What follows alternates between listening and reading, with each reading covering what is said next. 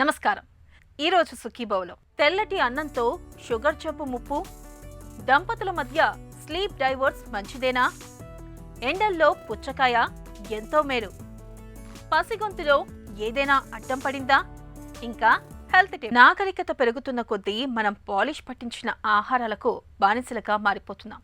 తినే అన్నం తెల్లగా మల్లె పువ్వులా ఉండాలని పరితపిస్తూ బియ్యాన్ని పదే పదే పాలిష్ పట్టించుకుంటున్నాం. కానీ మనకు తెలియకుండానే ఈ పాలిష్ పట్టించిన ఆహారాలు మన కొంప ముంచుతున్నాయి. తెల్లటి అన్నం మూలంగా మనకు షుగర్ జబ్బు వచ్చే ముప్పు పెరుగుతుందని నిపుణులు హెచ్చరిస్తున్నారు. ప్రపంచవ్యాప్తంగా జరిగిన అనేక పరిశోధనల్లోనూ ఈ విషయం విస్పష్టంగా రుజువైంది. ఈ నేపథ్యంలో తెల్లటి అన్నం ఎలా మధుమేహాన్ని తెచ్చిపెడుతుందో, మన ప్రధాన ఆహారమైన అన్నం విషయంలో మనం ఎలాంటి జాగ్రత్తలు తీసుకోవాలో ఇప్పుడు తెలుసుకుందాం.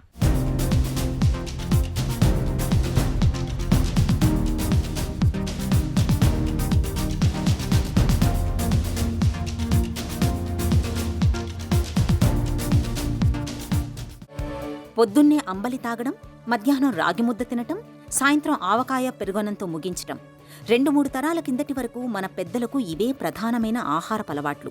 ప్రస్తుతం 3 పూట్ల తెల్లటి మల్లెపువ్వులాంటి అన్నం తినే మనకు ఈ ఆహారపలవాట్లు కాస్త చిత్రంగా, మరికొంత విచిత్రంగా అనిపించొచ్చు.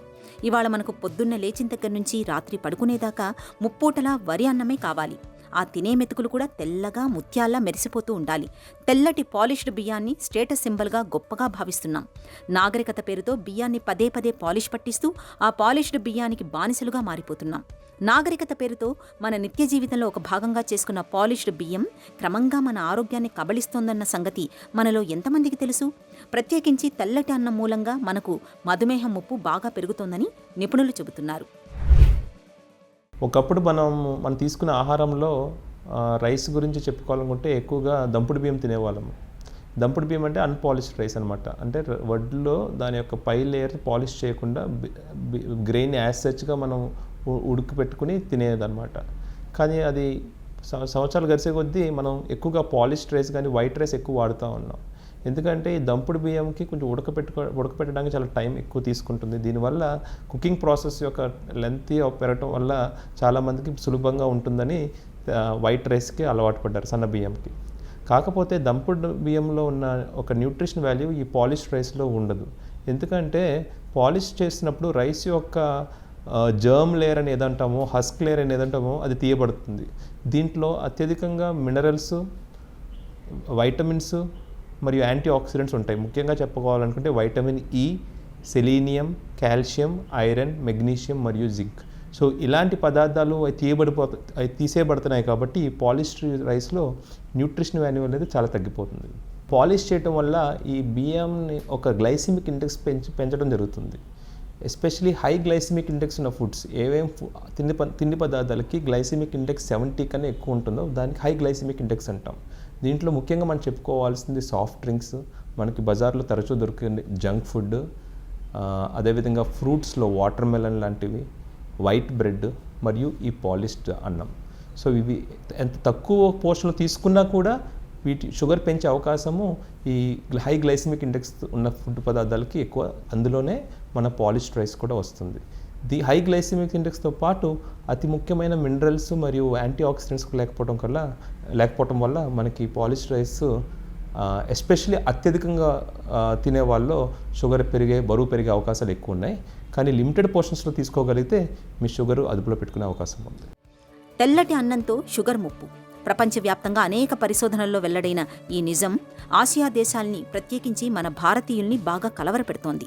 ఉత్తర భారతీయులతో పోలిస్తే ముప్పూటలా అన్నమే తినే మన దక్షిణ భారతీయులకు ఇది మరింత చేదువార్తేనని చెప్పాలి. బియ్యాన్ని ఎక్కువసార్లు మరాడించడం వల్ల పోషకాలన్నీ తవుళ్ళలో బయటకు వెళ్లిపోయి బియ్యంలో కేవలం ఒట్టి పిండి పదార్థం మాత్రమే మిగులుతోంది. పిండి పదార్థం కావడంతో అది చాలా త్వరగా జీర్ణమైపోతూ అంతే త్వరగా రక్తంలో కలిసిపోతోంది. దీంతో రక్తంలో గ్లూకోజ్ శాతాలు తీవ్రమైన హెచ్చుతగ్గులకు లోనవుతాయి. ఇలాంటప్పుడు రక్తంలో గ్లూకోజ్ శాతాన్ని స్థిరంగా ఉంచేందుకు ప్యాంక్రియాస్ గ్రంథి కీలకమైన ఇన్సులిన్ హార్మోన్ ఎక్కువ మొత్తంలో ఉత్పత్తి చేస్తూ పోతుంది. ఈ చక్రం ఇలాగే కొనసాగుతూ వెళ్లడంతో కొంతకాలానికి ఇన్సులిన్ ఉత్పత్తి కుంటుపడిపోతుంది. దీనికి తోడు ఒంట్లో అప్పటికే పేరుకుపోయిన కొవ్వు కణాలు ఉత్పత్తి అయ్యే కొద్దిపాటి ఇన్సులిన్కు నిరోధకంగా మారతాయి. దీంతో షుగర్ జబ్బు మన పాలిట పెను విపత్తుగా పరిణమిస్తోంది. సో మన నాగరికత ప్రకారం మనం కల్చర్కి ఎస్పెషలీ సౌత్ ఇండియాలో అతి ముఖ్యంగా మన తెలుగు రాష్ట్రాల్లో మనం ఈ వైట్ రైస్కి అలవాటు పడ్డాం కాబట్టి దాని యొక్క పోర్షన్ కంట్రోల్ మీరు బాగా మెయింటైన్ చేయగలిగితే మీకు షుగర్ లెవెల్స్ లేకపోతే బరువు అదుపులో పెట్టుకునే అవకాశం ఉంది. వీటితో పాటు హై ప్రోటీన్ ఫుడ్ తీసుకోవాల్సిన అవసరం తప్పనిసరిగా ఉంది. ప్రోటీన్ ఫుడ్ కూడా చెప్పుకోవాలనుకుంటే మనకి వెజిటేరియన్లో పల్సెస్ కానీ, బీన్స్ కానీ, పన్నీర్ లాంటి, నాన్ వెజిటేరియన్స్ గురించి చెప్పాలనుకుంటే ఫిష్, చికెన్ మరియు ఎగ్ వైట్ అంటే గుడ్డులో తెల్ల భాగము, ఇవన్నీ ప్రోటీన్ రిచ్ ఫుడ్స్. ఇవి తీసుకోవటం వల్ల మీరు మీ కార్బోహైడ్రేట్ పోర్షన్ కంట్రోల్ తగ్గించవచ్చు. అండ్ దాంతోపాటు హై ఫైబర్ ఫుడ్ కూడా తీసుకోవడం వల్ల, అంటే ముఖ్యంగా ఫ్రూట్స్ మరియు రా వెజిటబుల్స్ తీసుకోవటం వల్ల మీ ఓవరాల్ పోర్షన్ కంట్రోల్ ఉండవలసిన సగటులో ఉండి మీ బాడీ వెయిట్ అదుపులో పెట్టుకునే పరిస్థితి ఉంటుంది. దీంతోపాటు మీ షుగర్ కూడా అదుపులో పెట్టుకునే పరిస్థితి ఉంటుంది. సాధారణంగా మన సౌత్ ఇండియాలో మన కార్బోహైడ్రేట్ కంటెంట్ మన మీల్స్లో 55 నుంచి 60% ఉంటుంది. దీన్ని మనం 30 to 25% దాకా తగ్గించుకోగలిగితే మీ షుగర్స్ మంచి అదుపులో ఉండే అవకాశం ఉంటుంది. తెల్లటి అన్నం తినడం మూలంగా మనకు కేవలం మధుమేహం ముప్పు పెరగడం మాత్రమే కాదు, ఇతరత్ర అనర్థాలు చాలానే వచ్చి పడుతున్నాయి. బియ్యపు గింజల పైపొరల్లోని బి కాంప్లెక్స్ విటమిన్లు, ఇతర ఖనిజ లవణాలు, పీచు పదార్థాలన్నీ పాలిష్ పట్టించినప్పుడు తవుడు రూపంలో బయటకు వెళ్ళిపోతున్నాయి. ఫలితంగా 3 పూటల అన్నం తినే మనకు బి కాంప్లెక్స్ విటమిన్లు తగిన మోతాదులో లభించడం లేదు. పీచు పదార్థం లభించకపోవడంతో మలబద్ధకం పెరుగుతోంది.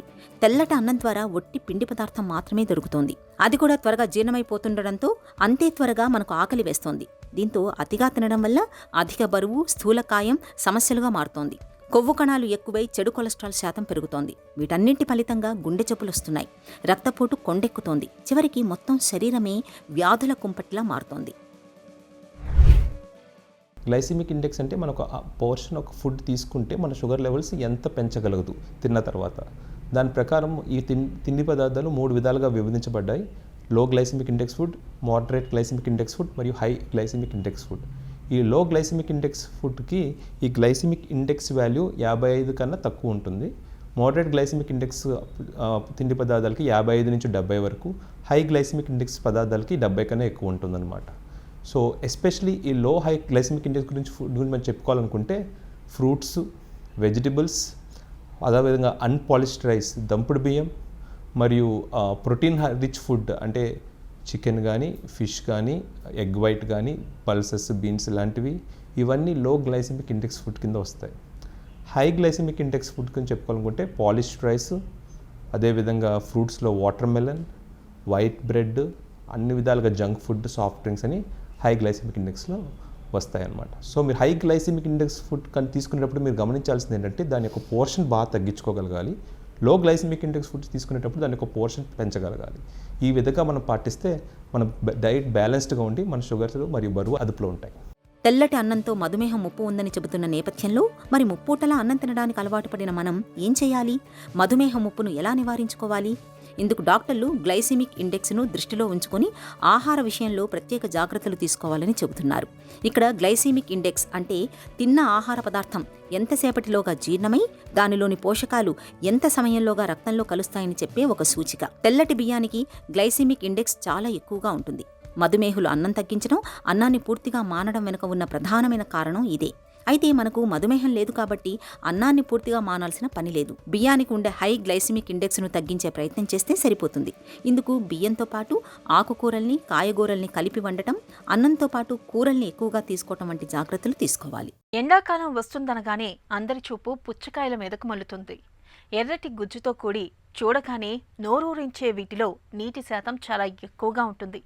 సుమారు 95% వరకు నీరే ఉంటుంది. పుచ్చకాయలో బీటా కెరోటిన్, విటమిన్ సి వంటి పోషకాలు దండిగా ఉంటాయి.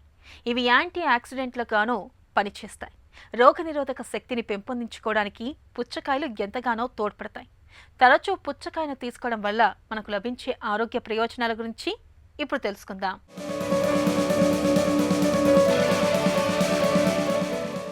ఎండాకాలం వస్తోందనగానే అందరి చూపు పుచ్చపండ్ల మీదకి మళ్ళుతుంది. ఎర్రటి గుజ్జుతో కూడి చూడగానే నోరూరించే వీటిల్లో నీటి శాతం చాలా ఎక్కువ.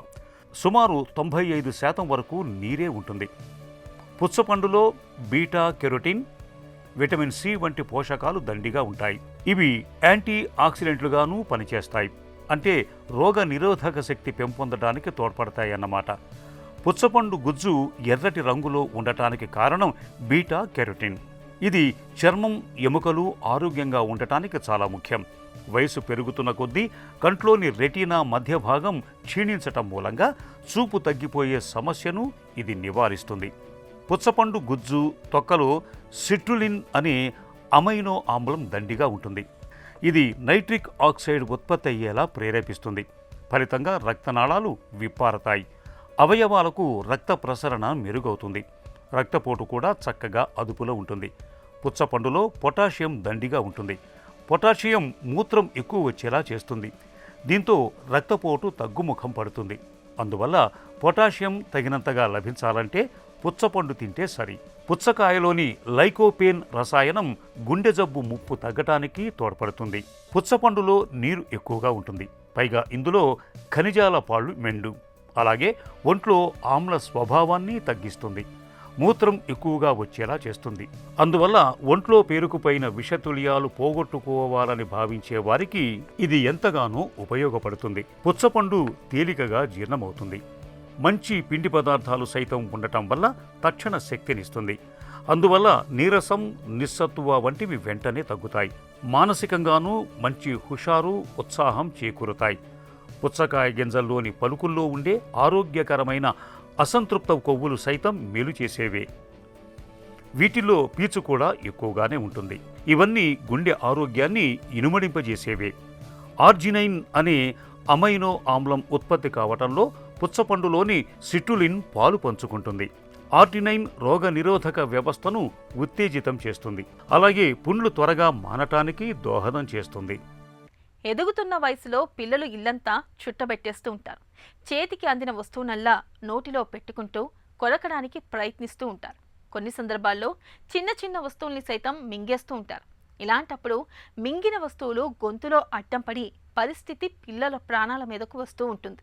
మరి ఇలాంటి సందర్భాల్లో తల్లిదండ్రులు ఏం చేయాలి? గొంతులో ఇరుక్కున్న వస్తువుల్ని చేతులతో కానీ ఇతర వస్తువుల సాయంతో కానీ బయటికి తీయడానికి ప్రయత్నించవచ్చా? పసిగొంతులో ఏవైనా అడ్డంగా ఇరుక్కున్నప్పుడు ఏం చెయ్యాలో, ఏం చేయకూడదో డాక్టర్ని అడిగి ఇప్పుడు తెలుసుకుందాం.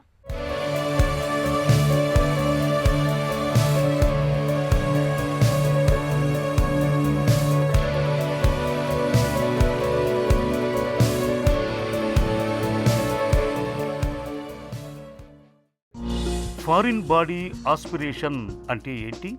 ఫారిన్ బాడీ ఆస్పిరేషన్ అంటే పిల్లలు ఎప్పుడైనా ఏదైనా వస్తువు నోట్లో తీసుకున్నప్పుడు అది తినే పదార్థం కానీ తినకూడని వస్తువులు అంటే ప్లాస్టిక్ సబ్స్టెన్స్ కానీ ఆట వస్తువులు కానీ సో అట్లాంటివి నోట్లో తీసుకున్నప్పుడు ఆ వస్తువు కనుక శ్వాసకోశంలోకి వెళ్తే రెస్పిరేటరీ ప్యాసేజ్లోకి వెళ్తే దాన్ని ఫారిన్ బాడీ ఆస్పిరేషన్ అంటాం. సో ఇలా ఫారిన్ బాడీ ఆస్పిరేషన్ జరిగినప్పుడు అది రిపీటెడ్గా ఇన్ఫెక్షన్స్ అయ్యే ప్రమాదం ఉంది. వాళ్ళకి రిపీటెడ్గా న్యూమోనియా వచ్చే ప్రమాదం ఉంటుంది. ఒక్కోసారి ప్రాణాంతకంగా కూడా పరిణమించే అవకాశం ఉంటుంది. పిల్లలు సాధారణంగా ఎలాంటి వస్తువుల్ని మింగేస్తూ ఉంటారు? పిల్లలు యూజువల్గా ఏదైనా వస్తువు మింగినప్పుడు అది స్టమక్లో కాకుండా లంగ్స్లో పోవడాన్ని మనం ఫారిన్ బాడీ ఆస్పిరేషన్ అంటాం. సో ఈ వస్తువులు యూజువల్గా కొన్ని తినే పదార్థాలు అంటే మన వేరుశెనక్కాయలు కానీ బఠానీలు కానీ లేదంటే ఏదైనా వెజిటబుల్ పీస్ కానీ లేదంటే మీట్ పీస్ కానీ లేదు నాన్ ఎడిబుల్ సబ్స్టెన్స్ అంటే తినకూడనివి ప్లాస్టిక్ ఐటమ్స్ ఆట వస్తువులు సో అట్లాంటివి తర్వాత రబ్బర్స్ పెన్సిల్స్ ఇట్లాంటివి వాళ్ళు నోట్లో పెట్టుకున్నప్పుడు ప్రమాదవశాత్తు అవి లంగ్స్లో పోయే అవకాశం ఉంటుంది. పిల్లలు ఏవైనా మింగేసినట్లు ఎలా గుర్తించాలి?